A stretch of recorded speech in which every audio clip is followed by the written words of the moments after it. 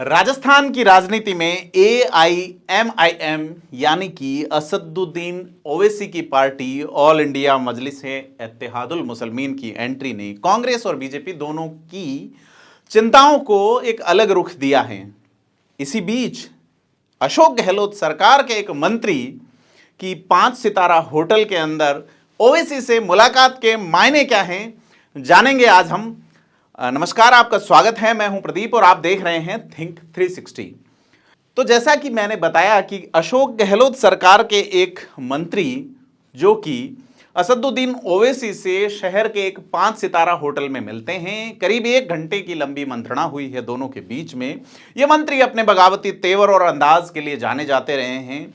ये मंत्री पहले गहलोत खेमे में थे। इन्होंने 2 बार अशोक गहलोत को राजस्थान का मुख्यमंत्री बनने में 6 विधायकों के साथ मदद की है। जी हां, नाम है राजेंद्र गुढ़ा, जो कि बाद में सचिन पायलट के साथ हैं। इनकी असदुद्दीन ओवैसी के साथ हुई बैठक कई राजनीतिक समीकरणों को जन्म देती है।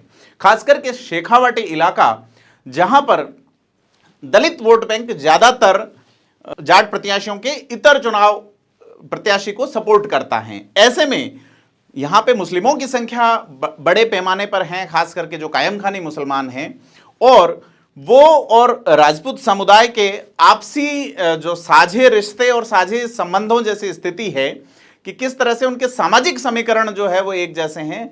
और चुनावों में भी जो सपोर्ट वाली बात है उसमें अगर AIMIM की कोई बात बनती है राजेंद्र गुढ़ा वाली इस मीटिंग से, अगर कोई राजनीतिक बात बनती है तो क्या रंग निकलेंगे, इन रंगों को लेकर फिलहाल अशोक गहलोत के महकमा जो है, अशोक गहलोत की सदारत वाली जो कांग्रेस है या अशोक गहलोत की सदारत वाले जो नेता हैं, उनके कान जबरदस्त खड़े हुए हैं।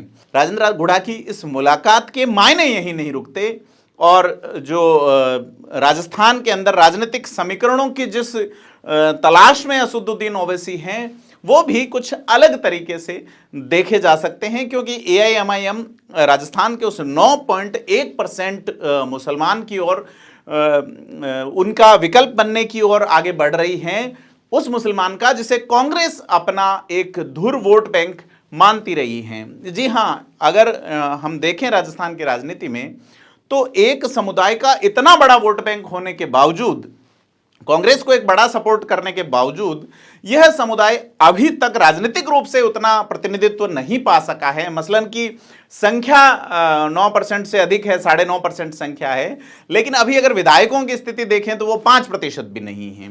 इसके इतर जो अन्य जातियां हैं जिनकी संख्या कम है लेकिन उनके विधायकों की संख्या अधिक है। आपको जान के हैरत होगी कि पिछले 75 साल की राजनीति में लगभग मुसलमान में से 37 साल ऐसे गुजरे हैं जिसमें मुस्लिम समुदाय से कोई कैबिनेट मिनिस्टर नहीं रहा है। साथ ही आप देखेंगे कि ये जो पॉलिटिकल दौर गुजरा है उसमें सिर्फ मोहम्मद अयूब 2 बार झुंझुनू से लोकसभा तक पहुंच पाए हैं। मतलब कि लोकसभा सांसद के तौर पे मुसलमान को कुल 2 ही बार मौका मिला है, वो भी जबकि समाजवादी पैटर्न का एक दौर था देश के अंदर, 89 से 91 वाले जो चुनाव थे उसके बीच में।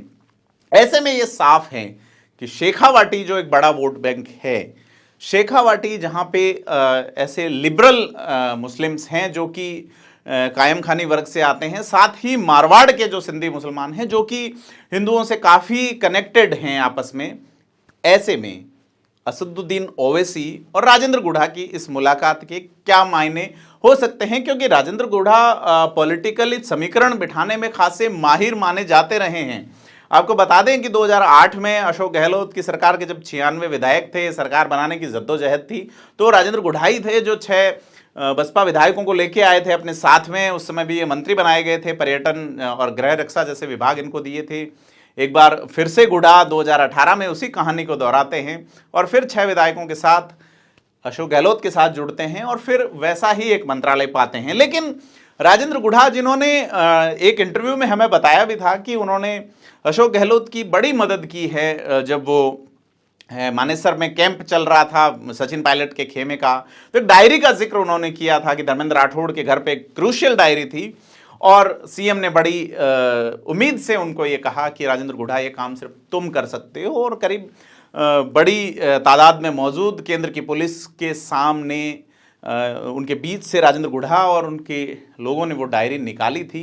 उसके बावजूद राजेंद्र गुढ़ा का ऑन रिकॉर्ड ये बयान रहा है कि उसके बावजूद अशोक गहलोत की ओर से उन्हें कोऑपरेट नहीं किया गया, यहाँ तक कि गिरिराज मलिंगा वाले मामले में उनको यूज़ किया गया और ऐसे में वो सचिन पायलट के खेमे में चले गए। बाद में अभी आपने देखा होगा कि आला कमान की ईंट से ईंट बजा देंगे, जैसे तमाम बयान देकर राजेंद्र गुढ़ा हमेशा से चर्चा में रहे हैं। लेकिन इस बार जो चर्चा में आए हैं वो है असदुद्दीन ओवैसी के साथ इस गुप्त मुलाकात के मायने क्या हैं। हालांकि हमने बात करने की कोशिश की राजेंद्र गुढ़ा के साथ, लेकिन कोई विशेष बात सामने आई नहीं है। यह भी देखा जा रहा है कि आने वाले दिनों में ये मुलाकातें बढ़ सकती हैं।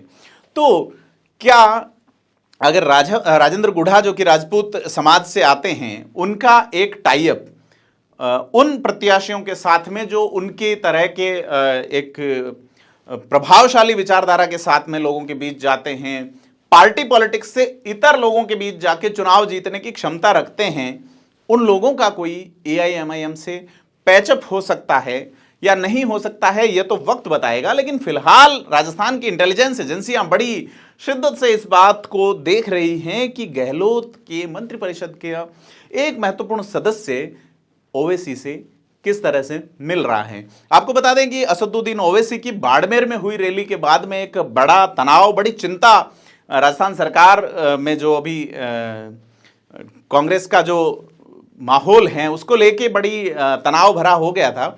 उसके बाद में अब ये जो मीटिंग है इसने भी बड़े सवाल खड़े किए हैं। असदुद्दीन ओवैसी आज जयपुर में एक मीटिंग कर रहे हैं, एक रैली कर रहे हैं और इसे असदुद्दीन ओवैसी की एक बड़ी एंट्री माना जा रहा है। इसके बाद में असदुद्दीन ओवैसी की उदयपुर वाटी में, शेखावाटी के बहुत बड़े हिस्सों में एक बड़ा पूरा कार्यक्रम है। उस कार्यक्रम से पहले राजेंद्र गुढ़ा की ये मुलाकात कई सारे समीकरणों को साधने या बिगाड़ने की स्थिति रखती हैं।